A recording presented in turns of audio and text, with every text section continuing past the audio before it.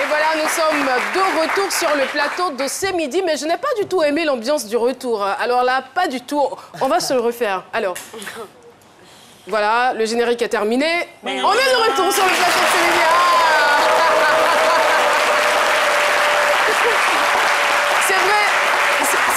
C'est vrai que ce qu'Hassan raconte sur le plateau, ça touche, ça émeut. Mais c'est tellement impressionnant ce qu'il fait qu'on devait plutôt être plus heureux que cela, plus enthousiaste que cela. Parce que tout de suite, à l'entendre parler, on a envie d'aider les autres. Et on a voulu flouter un tout petit peu les images pour ne pas vous choquer. Mais je vous avoue que si vous voyez les images de ces enfants malades, si vous voyez ces malformations, c'est sûr que vous n'allez pas manger de toute la journée. Ouais. Mais la vie est faite ainsi. Heureusement qu'il y a des gens comme Hassan pour se pencher sur ces cas-là. Alors, avant de redonner la parole à notre invité, chers téléspectateurs, nous, on va vous faire gagner de l'argent, voilà, de l'argent, cadeau. Un peu facile quand même, mais bon. Non, c'est pas facile de prendre son téléphone pour... À quelle heure débute l'émission? C'est midi. Ça, c'est la question du jour. Mais c'est à 16h. Mais la question est beaucoup trop facile. Trop difficile. Attends. À quelle heure... Non, malheureusement, je ne peux pas jouer. À quelle heure débute l'émission? C'est midi. A, réponse A, donc à 12h00. Réponse B, à 12h10. Envoie A ou B au 98 133 pour tenter de gagner 100 000 francs CFA cette semaine. C'est une réalité, donc n'hésitez surtout pas à participer. Bientôt, les lauréats seront récompensés. Voilà, Hassan, retour à vous. On en était donc à la question de Al-Hussein par rapport aux échecs, par rapport au décès. Vous nous avez dit qu'il y a eu un cas, mais ce n'est pas ce que vous retenez. C'est plutôt l'intention que vous avez eue de rendre des jours heureux à ce dernier. C'est ça qui était le plus important. Et c'est un objectif peut-être à moitié atteint. Et c'est ce qui vous motive.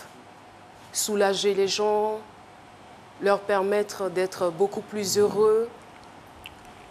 C'est... En fait, je me penche plus sur le cas des enfants. Le cas des enfants, parce que quand je regarde les enfants, on n'a pas le droit de les laisser comme ça, en fait. On n'a pas le droit... Il y a des gens qui disent c'est l'argent, mais je ne pense pas que tout soit une question d'argent.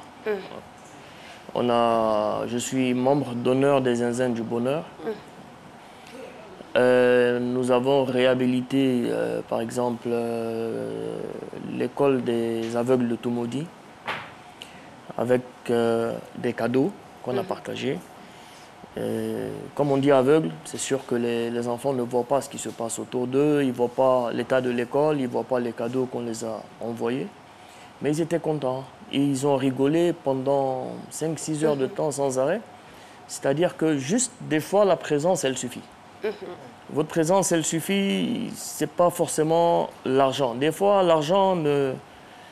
L'argent ne suffit pas. Ne suffit pas. Et sur des cas, on a l'argent qui est disponible, mais on n'arrive pas à soigner l'enfant. Donc souvent, pendant que je suis là, je discute avec lui, on rigole un peu. J'ai d'autres amis qui viennent, on en discute. Et il est content plus que si on l'a soigné, parce que nous-mêmes, on sait qu'il n'y a pas d'issue, en fait. Donc il faut juste souvent être là. C'est plus important que cette histoire d'argent. En fait. Et vous m'avez montré la photo d'un petit dont les yeux sortaient de l'orbitre. Alors... Qu'en est-il Alors, le petit, c'est le dernier cas difficile qu'on a eu. Je l'ai vu sur Internet, sur Facebook. Alors, on ne peut pas divulguer ce qu'il a comme maladie parce que c'est un secret. Le petit, il était au CHU de Cocody et on l'a envoyé au CHU de Treichville parce qu'ils sont plus habilités par rapport au matériel là-bas. Le petit, là, ses yeux sont rentrés, mais malheureusement, il ne voit plus. Et ça fait un moment qu'il ne voyait plus, mais là, on l'a soulagé, les yeux sont rentrés comme il faut, le voilà, mais ils ont foutu l'image. Il est en plein examen, j'étais là-bas hier, et donc je veux remercier les médecins du CHU qui font un travail énorme. Remarquable. Énorme. Et donc...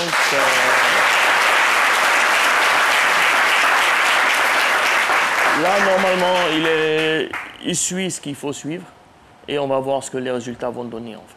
Mais là, il n'a plus de douleur pour l'instant. C'est déjà bon. Oui, alors, M. Hassan, moi, je veux savoir jusqu'où vont vos actions. Je veux dire, un enfant qui est malade par rapport un peu à son environnement malsain, tout ça, vous prenez en charge l'enfant, vous le traitez. L'enfant guérit. Qu'est-ce que vous faites? Vous suivez l'enfant jusqu'à ce qu'il quitte peut-être cet environnement-là, ou bien vous lui dites, bon, comme tu es guéri, retourne encore dans cet environnement?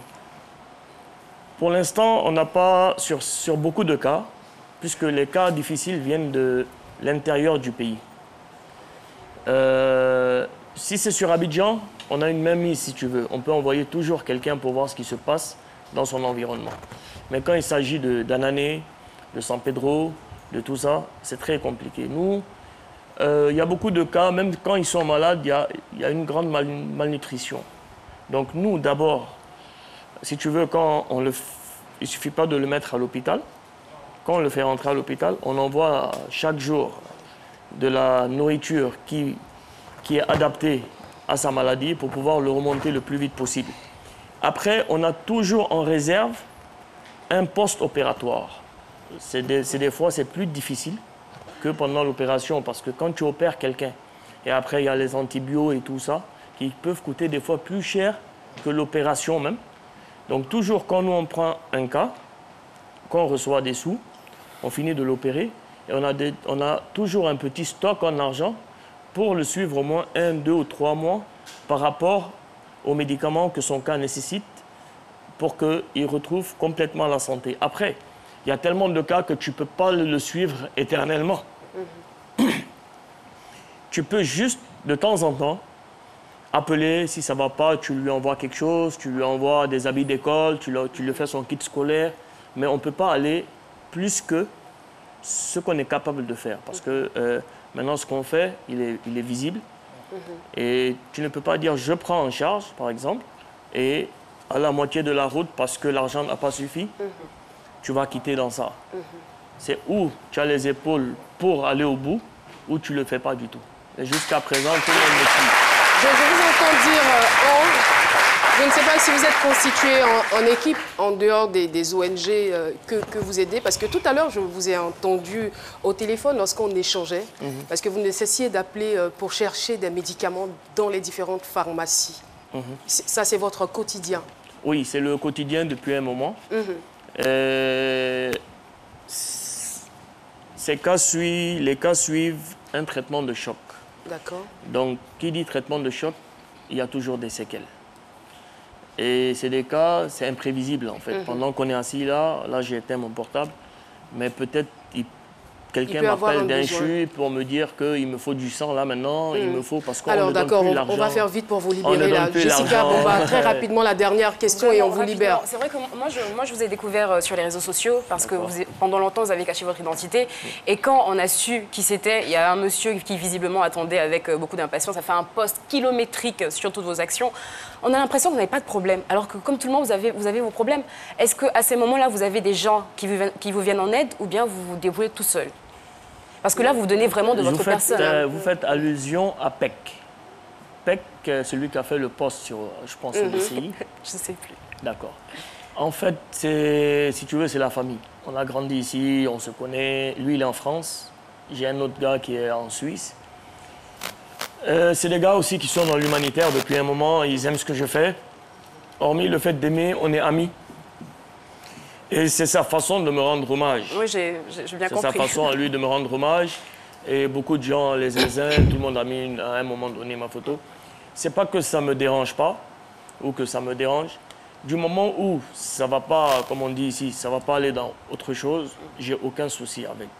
Mais qu'ils arrêtent de qualifier des choses cachées, ou que j'ai envie d'être comme ci, ou j'ai envie d'être comme ça. Non, pas du tout. Moi, ce que j'ai compris, c'est que c'est des personnes qui avaient envie de montrer au monde entier que ce que vous faites est extraordinaire, parce que tout le monde n'a pas cette fibre Peck, aussi à la base, sensible. c'est un écrivain. Peck, à la base, c'est un écrivain qui voulait, et on avait discuté même en inbox, je lui ai dit, Abi, c'est pas la peine de le faire. Mais il dit non, je vais le faire comme ça.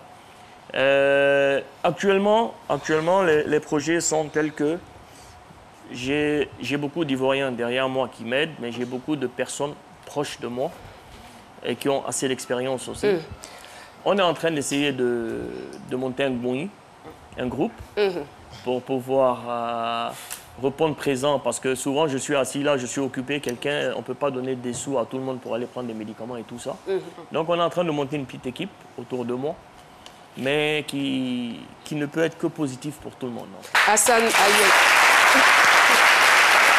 notre invité de ce jeudi, et en plus d'être un homme solidaire, enfin, je vois sur son t-shirt, enfin, le racisme, c'est fini. C'est un dessin que vous avez porté ce t-shirt pour venir sur ce plateau? Ça, c'est un combat au quotidien. Samedi passé, je suis presque sur tous les fronts. D'accord. Je suis sur la couveuse qu'on a offert au CHU. D'accord. Et on a créé un groupe aussi qui s'appelle La Couveuse Gang, par rapport à une vidéo après qui s'est avérée fausse sur les réseaux sociaux. On a offert la première couveuse au CHU de Cocody. Et là, normalement, on va faire pour Boaké bientôt. Et pour les 5 CHU. Je suis aussi dans le groupe de nettoyage. On a nettoyé samedi à une ONG.